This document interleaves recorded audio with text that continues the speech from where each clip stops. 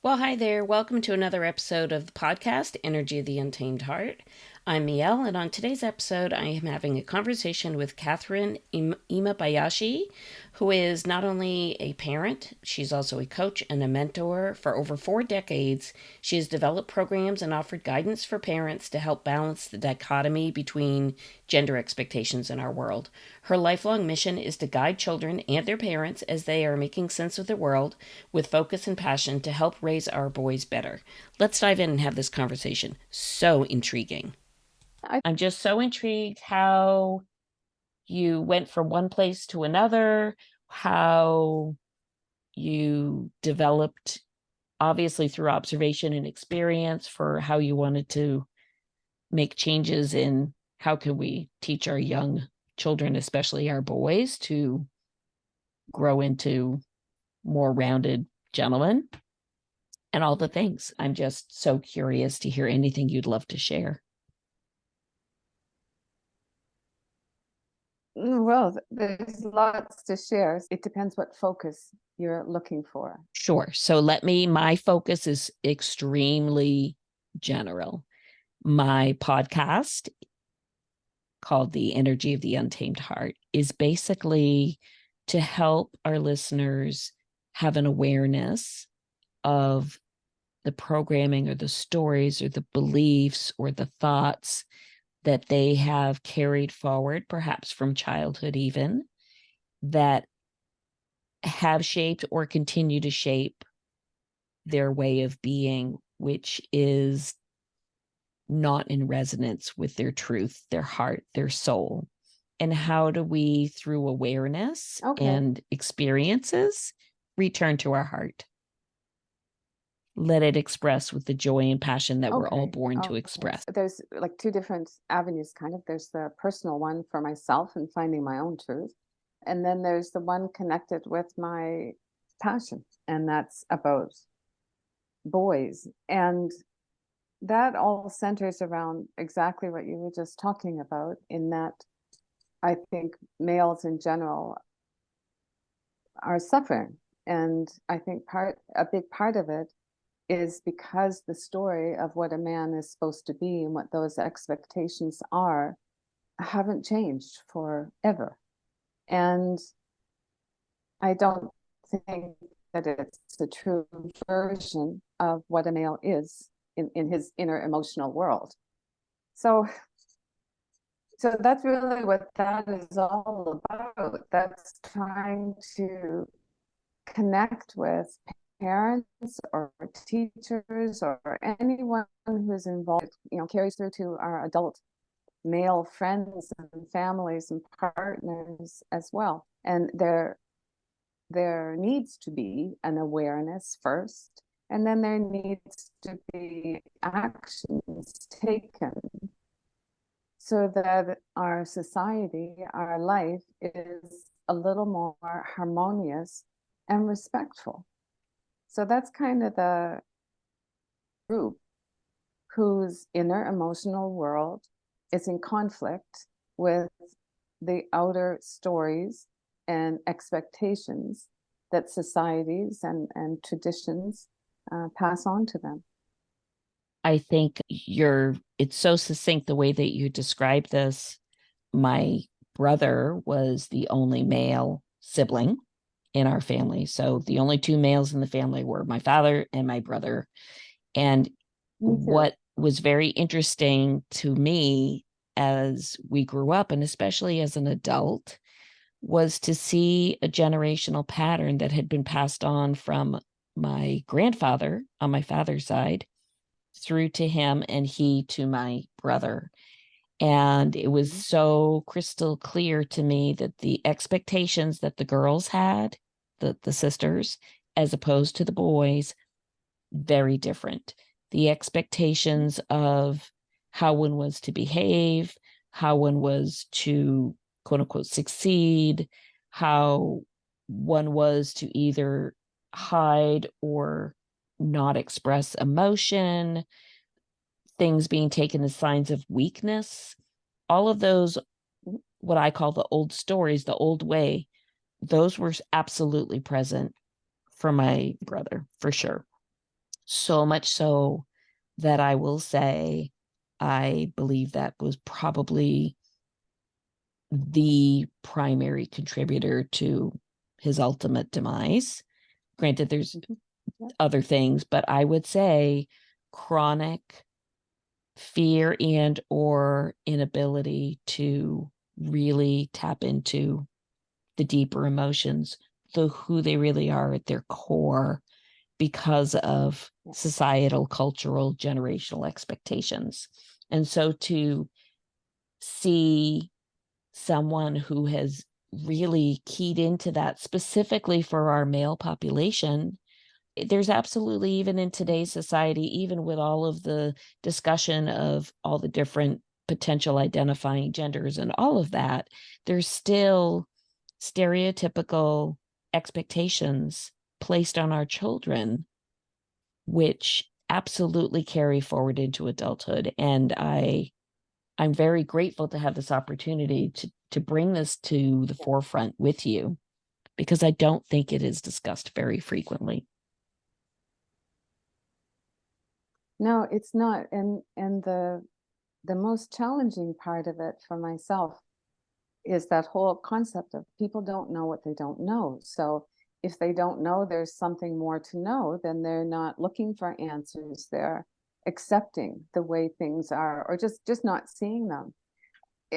I really thought that I was quite an open-minded. I grew up in the 70s, so very much 60s and 70s, and very much a free-thinking, women's liber, baby boomer kind of generational female. I thought as I went through my own developments, I thought, and working with children, I thought that I was not putting the little girls and the little boys in boxes and being very open-minded. And that has an interesting context in and of itself, because really that way of thinking is looking at both males and females as the same. Like that was that generation that, it's fine for little boys to be wearing barrettes in their hair and little girls having hammers on their tool belt. Like that was that phase in the 80s. But that also does its own disservice. What happened was that when my son was 3 or 4, and I took him by myself to go fishing, and we went down a beautiful little lane that had a lovely little river. Wasn't too far off the beaten track, but we had to go in to get there. When we were down there, and he's doing his little plastic fishing rod, and it's a lovely day. And when I looked up to the path coming into where we were, I saw a gang of 5 or 6 males. And I couldn't tell from the distance how old or how young they were, but they weren't young kids. So anyway, my reaction was instinctive. It was guttural, and it was fear. And it was like, how am I going to protect? This is a gang of guys. How am I going to protect myself and my little boy from this violent possibility? And there was no thinking. There was no logical thinking behind it whatsoever.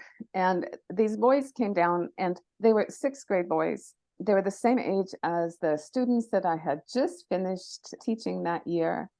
I knew better than anyone else that these were young boys whose body was just, they were taking off with growth spurts, and they were still young, beautiful little boys inside.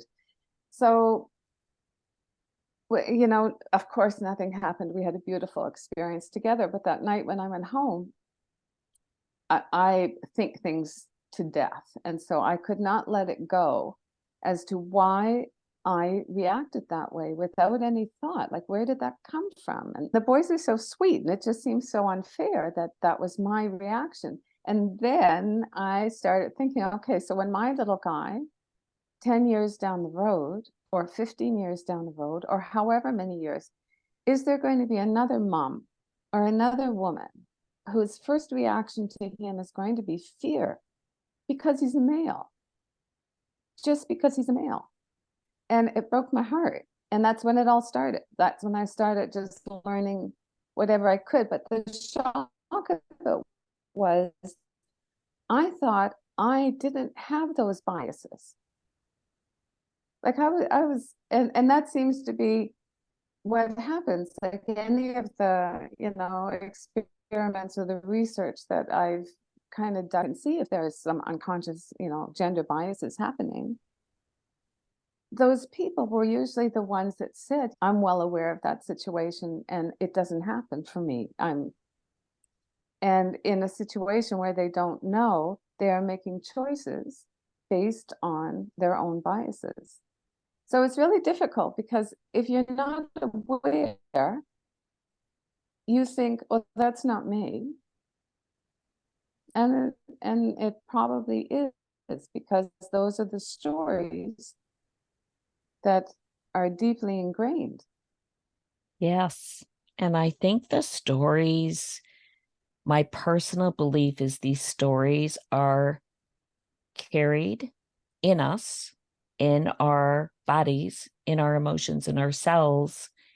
And my personal belief is I believe they're also generational. So even though as a young adult, you were raised very independent, free thinker, open minded, probably somewhere back, I would imagine, as a small child, you learn stories like, okay, don't walk alone from school. Be sure you have a friend with you. Don't speak to strangers. Don't get into a stranger's vehicle. I can recall I was raised in a small town as a child before we moved back and forth to Europe, but I can recall that I was instructed very clearly if we were playing in a playground or we were whatever, swimming at the pond, whatever the thing was, that if there wasn't an adult there with us, you might get dropped off at the local pond with your friends and someone comes to pick you up a few hours later. And I can remember being told so clearly by my mom, do not speak to people you do not know. Do not approach a stranger if they offer you a ride, even if you're tired or cold or whatever the thing may be. And it sounds so silly and it sounds so obvious and it sounds so quote unquote safe. And obviously, you're being told these things to keep you safe.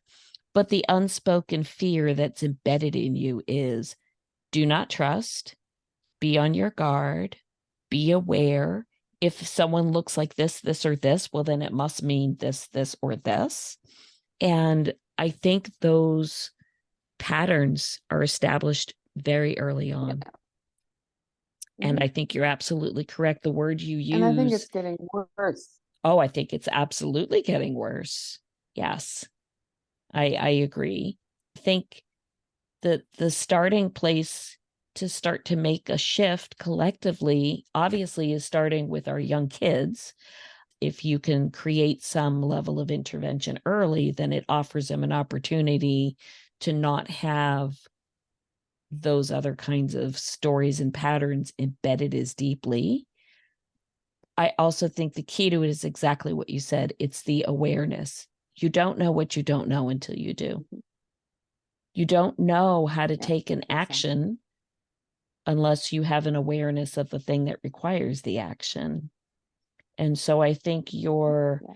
capacity to bring light, to shine light or awareness to these areas. I've created the resources that I think people can benefit from wherever they are. I would love for Just you trying to get to the word share out. that. I do not have children in a school system. I did not marry. I did not have children, but I work in healthcare and I see young children every day. And the patterns that you describe are replete. So I don't think it makes a difference what country you live in or where you are, what you do. I think this is a fundamental problem of humanity in the way that our kids are raised. And I think it would be so, it would make for a better world in my slightly naive view if we could raise our children from a place of love versus a place of fear and get that in place early. I think it would help. I think the key is women, mothers, and I think that's where things will change. I think fathers also play a huge part in helping to make the changes, but it's a little bit different because they need to be able to do all the work of flipping the switch. Yeah. Whereas when you give birth to male, it's the exact, I don't know, opposite is not the right word, but it's the other half of the human race. So I knew lots about women, and same thing, a whole family of women except for one brother, one father. But when that little boy came into being, it was like I had no idea. Even though I'd worked with lots of children, it was such a beautiful learning time to try to get a handle on, you know, what's real, like who really is this, beautiful little bundle. And the more a mother understands, because they're the first contact, really the first love. And if a mother can understand that the things that she does and says and acts or reacts to, that's the first imprinting on that little boy understanding what it means to be a boy in this world. And so I think it's in the educational system, but it's the family first that has the ability to be able to make the changes. And I think some changes really are happening. It creates a lot of hope because you see some boys are being raised differently and they understand their emotional world better. They're able to be more vulnerable. But I still don't think that we're at the point, anywhere near the point of being able to understand that women bring this beautiful box of characteristics and ways of being. And especially because of all the advances, there's still a lot of room for women's advancement, but there has been a lot. On the other side, though, I don't think we've done the same thing for men. If we can get to a point where we see men and women, they're different, and recognize that together, when both differences, strengths and weaknesses, and just the differences, when they're recognized and respected, then we bring out the best in each other. Whereas I don't think we're anywhere close to that point yet. And that's, that's a sad place to be. It is. It is. I think you're correct. I think we've made tremendous strides. And you and I feel like, oh, we haven't accomplished very much. But if you think about the span of time, I think there have been some pretty significant improvements in the last, I'm going to say, 30 years even. Yes. I have a niece who's in her early 30s and she has 2 young children. And the way that I see her interact with her boy and her girl, so there's one of each, and how the dad is so involved with the kids. And I think back when I was a child, it was very different. The scenario and the stereotype at the time was mom stayed home, dad went to work. If you needed permission, sure, maybe go ask your father. But there wasn't a lot of involvement in the day-to-day, the moment to moment. It was just a very different, it was a different expectation then. But I see the change. I see it now. I see how many more dads are so much more involved with their children, which is really a beautiful shift. But I agree. I think there is a lot more work that could be done. It's coming. It's just slow. It's slower than what I would like, but it's something. And again, I think the key is the awareness. I see it in all the circles, in all of these talks that people are involved in and engaged in the whole healing, self-transformation, self-growth world. It's not that there are no men involved, but it's a very small percent. It's a very, very small percent. If you look at the demographics, it's a predominantly female-dominated area. And why is that? Why is self-growth and self-awareness, self-love, and personal transformation for the betterment of your being, your soul, your heart, why is that so heavily dominated by only one gender?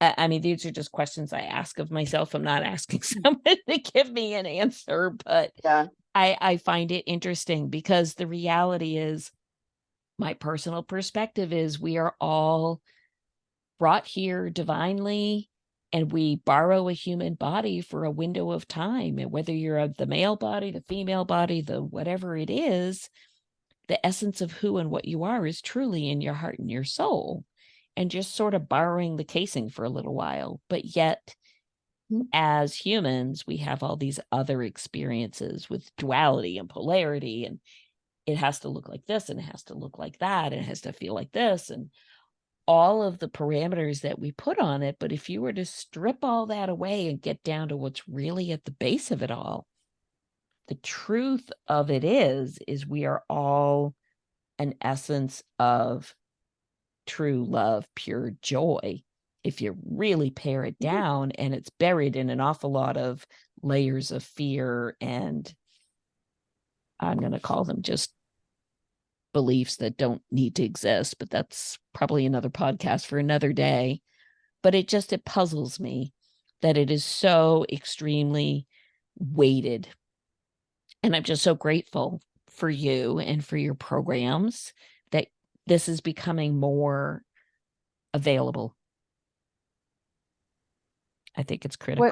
What seems to happen is that when our little boys first come into this world, they are full of pure love and magic, I guess. It's just they're phenomenal, same as the little girls.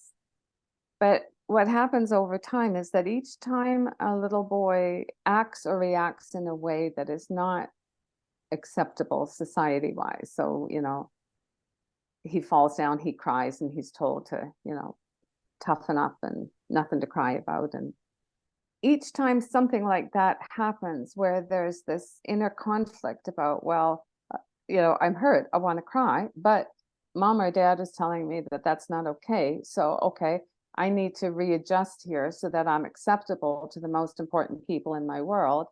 So they put on that mask. And then time on, they put on another mask. And what happens is that over time, there are so many masks that beautiful, magical, full of love little male disappears behind the masks. And the sad thing is that sometimes that never opens up. And so it's kind of when the awareness can be right from the beginning to try to protect that need to be wearing so many masks, then you have a possibility of these new generations of remarkable men who are the people who are, they're saying, if it makes more sense, if we can be a family where it's the woman who goes out and is the major breadwinner, and they're lucky enough that one parent can stay home for a little bit at a time, doesn't matter if it's the male or the female, where you have the mother and the father who really are working as a team, and it's not gender divided. And that's what those children grow up in that environment. It's a game changer, and it is happening. I agree with that part of it. And I think those are the people. It's people that are coming up. They're going to have a real impact. I think the other thing that I find fascinating as far as learning more and trying to understand better, because we all see it through our own lenses. That's just the way, that's nature. But because we're in this time where it's not just men and women, like there is now such a gamut in what people are identifying as, or transitioning from one place to another place. And I've heard one in particular who he grew up as a male, was a very successful career male. And when he was around 50, he changed to become a female. And excuse me, politically, I'm not speaking the right lingo, But so he became a woman. And then she has had a few TED Talks, and I've heard her on different interviews and that. And having that deep of an understanding of what it meant to be a female in society, and then to kind of, you've got the same heart, but then you become the other half of the generation and you see the world through those eyes, and people react to you based on that gender. That kind of information and understanding is just like, it's beautiful, It because is. I don't know that you'll get any better information, like, because it's lived experience. Yes, I so agree. I want to say I think it was Kathy Heller who said it, is that we can speak, we have the words, we can all be very intelligent and hold the conversation, but the reality is that the transformation, the real growth, the real change only occurs through experience as opposed to just through words. The words don't create the change, Yeah. it's the experience that creates the change. And I think that is such a valid statement. And so your example of this person who chose to change gender, that absolutely offers a whole different view and perspective through experience, Mhm. not just through I read about it, I heard about it, someone told me about it. Yeah. And so I think bringing this forward for our next generations coming behind us, I feel like this discussion we're having here, which is the whole mission behind why did I decide to create this podcast, is to just really have connection and conversation about how can we set aside the defining parameters which truly don't matter in the big picture, as far as if we can find a way to not hold a judgment to those parameters, to really let the essence of who we are come through. I don't know what will occur in your lifetime and my lifetime, but I feel that we are here as the initiators of the voice for the next generation to share, to show, to help, so that these changes can continue. They don't stop where they are currently. They will move forward to the children that we see now and their children. And I think it starts I here. think It it's a, starts. Yeah. yeah, I think it's a really exciting time, because I think this is maybe one of the first generations. Like, it's the boomers that are now the senior citizens. Mm. And whereas in past generations, except for certain cultural groups, seniors are just kind of tucked away on the shelf, and they didn't live as long as they're living now to begin with. But there wasn't the same.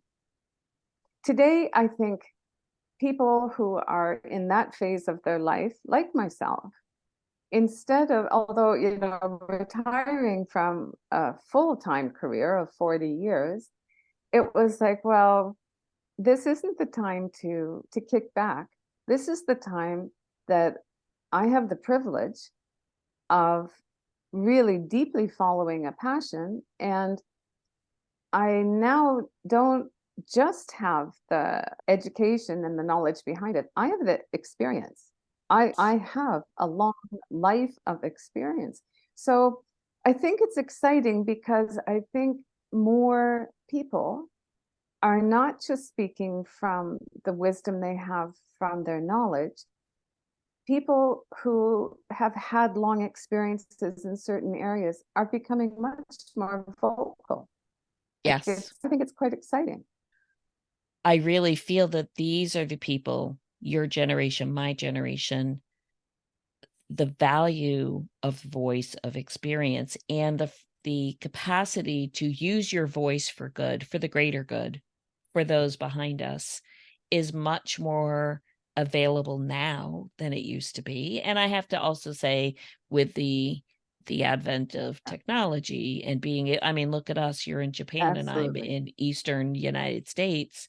Sure, we're 14 hours apart, Yeah. but look at the conversation, the connection, and the collaboration that we're able to have, which just a few years ago wouldn't have been feasible, wouldn't have been Mhm. possible. And so Absolutely. I just feel that this is the time. This is the time for those of us Yeah. with a strong mission, with a strong voice, with a strong purpose in mind to really uplift, up level the collective. I personally, Yeah. I feel like it's my responsibility. And hence why am I creating the podcast? Because I feel like it's on me to do what I can to bring as much awareness to what needs to be seen. And I'm just grateful. I'm grateful to meet people like you. I'm grateful to have the opportunity for you to share your wisdom. I'm grateful to be able to broadcast this globally on a podcast platform. Every little ripple has to start with a pebble, and I feel like I'm the little pebble some days. And where it will go is where it needs to go.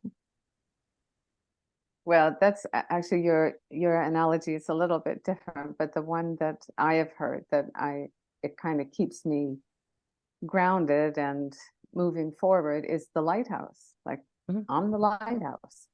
I'm shedding the light, and the people who are ready and are looking for this kind of support, they'll find the light. I just have to make sure I keep shining it. Yes, absolutely. And I also see in the lighthouse analogy, you shine the light and they will see it. And what does lighthouse do? The lighthouse is there to help bring people home, to guide them to a Yeah, destination, to bring them to a place. safely. So yeah, I think we're using slightly different analogies, but I think at the end of the story, we're at the same place, which is really pretty Yeah, amazingly I think beautiful, so too. actually. Yes. Yeah. I'm so excited we had a chance to talk. I thank you so much for your time. Can you tell me where people can find you? Probably the best place is the website, sunhoodcoaching.com. And Beautiful. everything is on there, the services I have, the courses that I have. I'm active on social media to a point. Probably the best places are either Instagram or LinkedIn. You're right. It takes all of us to kind of sometimes step out of our comfort zones and just put it out there because it's the right thing to do. Thank you. I really enjoy the people that I meet and the conversations that I have, and I hope that the people who need to hear it will find it.